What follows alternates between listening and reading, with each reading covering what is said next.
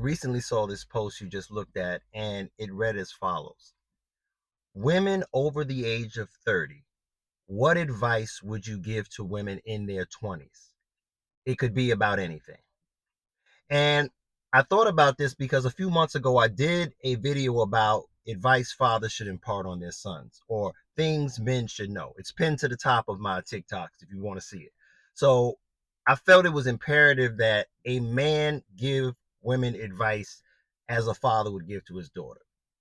And the following things were: number one, in your 20s, your choices have consequences.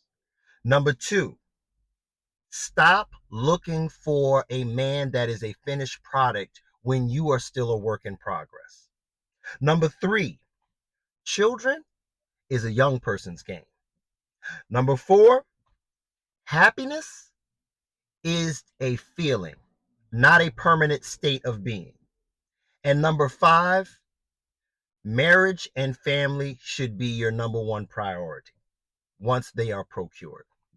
Now, if you are a person who wants to be like Oprah, you're a boss chick, you have no interest in marriage or children, this video does not apply to you. But for young women out there that eventually want to be married, listen up.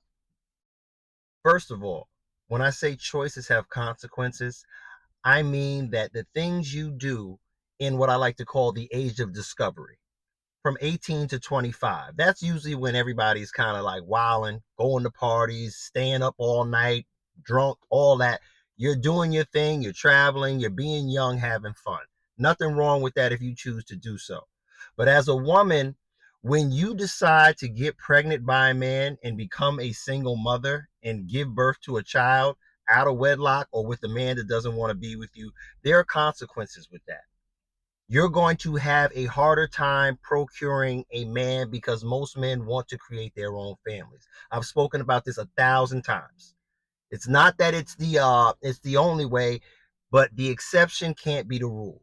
So ladies, you can still find that guy, but it's going to be harder with another man's children in tow. It's just extra.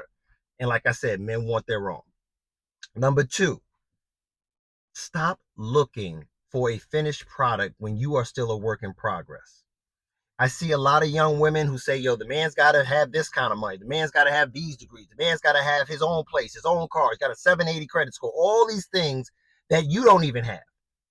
Most of the time, people who find these relationships that you guys say are beautiful, the Patrick Mahomes, the Steph Curry and his wife, LeBron, all that, these are women that were invested in a man from teenage/college age. They saw the man's trajectory and they believed in him before he even had the money and wealth and power. And they stuck with him and they had children with him and they married him. That's the way it should go. So when you're in your 20s, I would tell you to try to procure the relationship first with a man you see potential and growth with. Number three, children are a young man's game. Now, hey, it's a new world. You can have a baby at 40 plus years old. I can tell you personally, my experience, I got married young. I had my children between the ages of 26 and 35. In the last one at 35, I can remember it like yesterday. You know, human beings in general are taxing, but a child at the beginning is defenseless. They're helpless. They can't pee. They can't poop without going in their diaper. They're screaming. They're hollering. They have no way of communicating what's wrong. You got colic. You got all sleepless nights. It is not something you want to be 40 plus years old trying to go to the Genesis with. Trust me when I tell you, children are made for young people in their 20s and 30s to rock out with. And then by the time you in your 40s, they're older, they got their own peer group, you can kind of start reliving life and doing things you wanted to do. But the later you wait, the more challenges are going to come up, the more likely you might deal with some kind of health or mental defect, and it's just harder. Okay, you may have more money, but it's going to be a lot of work and it takes a toll.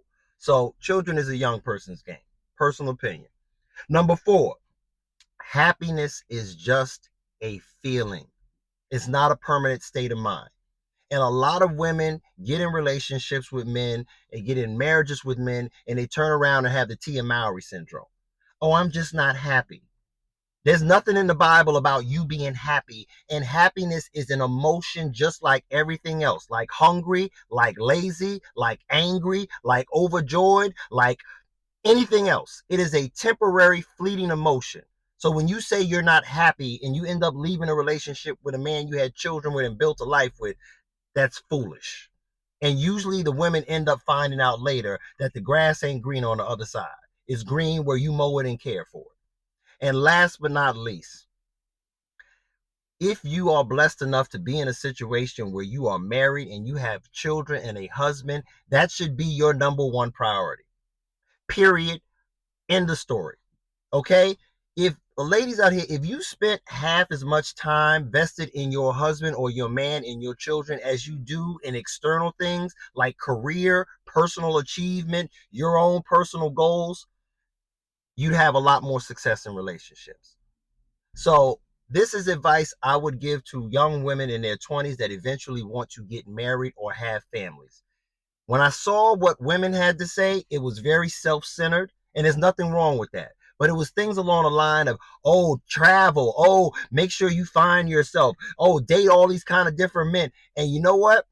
Where you go wrong with that is when you're 30 something, you've gone through so many relationships, you've had sex with so many partners, you've had trauma, and it is very difficult for you to pair bond with a man and settle in and really be able to build a relationship. So, like I said, to young women in their 20s, you seek the relationship earlier and invest in it and then grow with people. Marriage is about falling in and out of love with somebody over and over again.